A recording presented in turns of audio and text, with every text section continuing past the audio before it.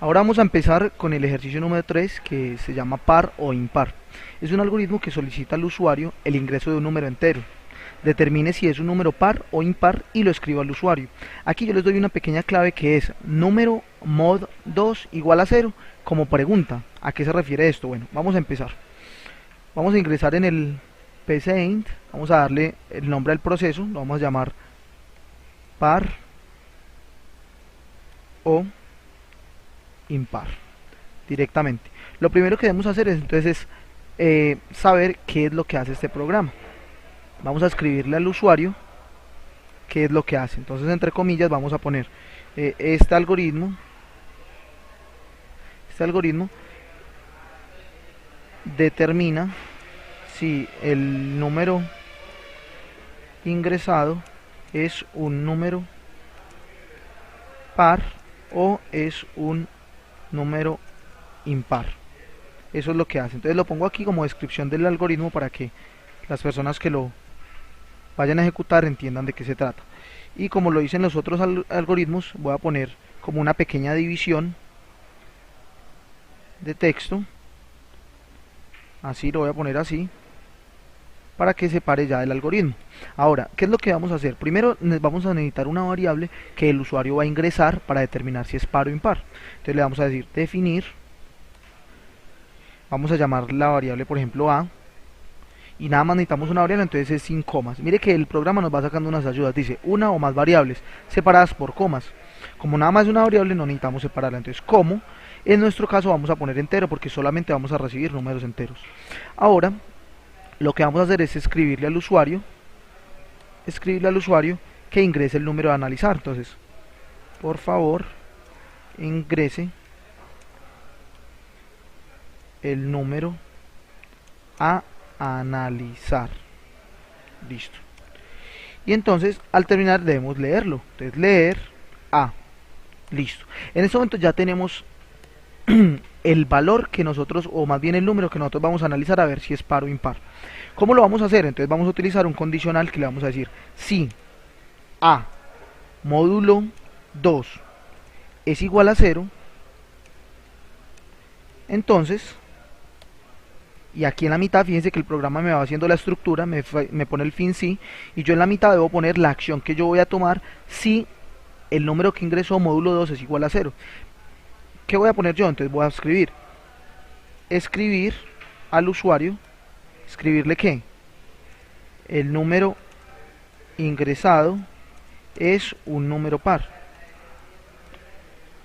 Ahora, ¿qué pasa si a módulo 2 no es igual a 0? Entonces está la otra opción, opción contraria, si no, entonces le voy a escribir al usuario, escribir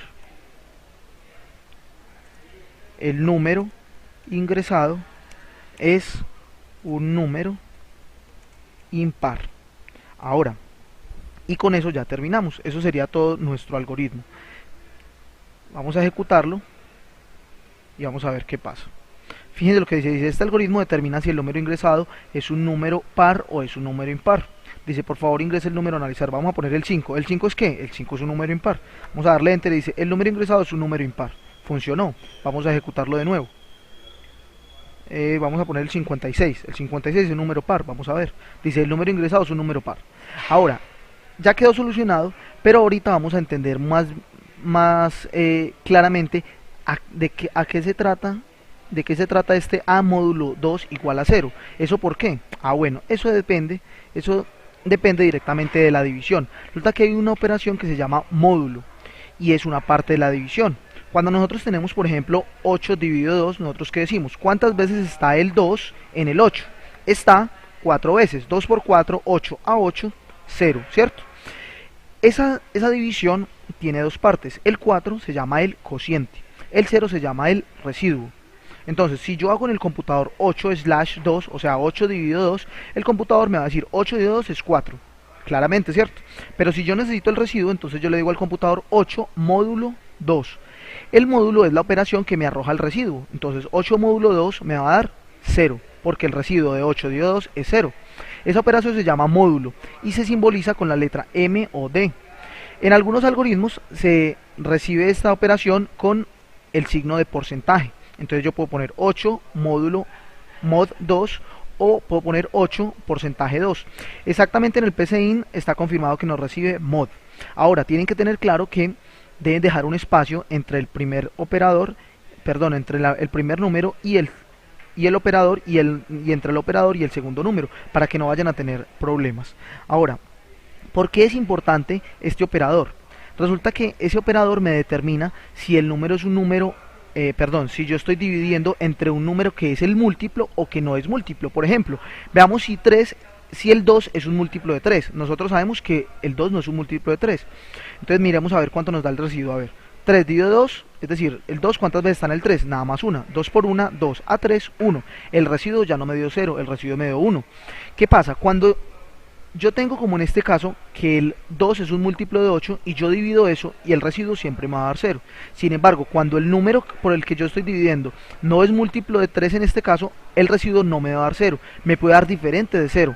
Dependiendo de los números que yo utilice, me puede dar el residuo 1, 7, 20, de diferentes valores, pero nunca me va a dar 0 si el número no es un múltiplo.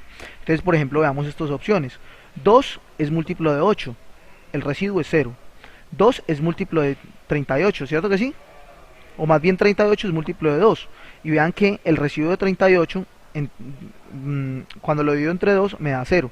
Pero 38 no es un múltiplo de 5. Yo a 38 no lo puedo dividir de manera exacta entre 5. Fíjense que el residuo me da 3. 5 por 7, 35, a 38, 3. Entonces, la operación módulo me sirve a mí para determinar cuándo un número es divisor o cuándo un número es múltiplo de otro. Eso es todo en cuanto a la operación módulo. Por eso es que yo, cuando digo acá, si A módulo 2 es igual a 0, entonces lo que estoy diciendo con esta operación, estoy diciendo es, si A es divisible entre 2, entonces es porque es un número par, ¿cierto? Pero si no es divisible entre 2, entonces es impar. Eso es simplemente lo que se hace. Bueno, si tienen alguna duda, les invito a que consulten más sobre la operación de módulo a través de Google. Y aquí podemos ver el diagrama de flujo de este sencillo ejercicio. Pueden detener el video para entrar en detalle. Por lo pronto es todo por este ejercicio. Que estén muy bien.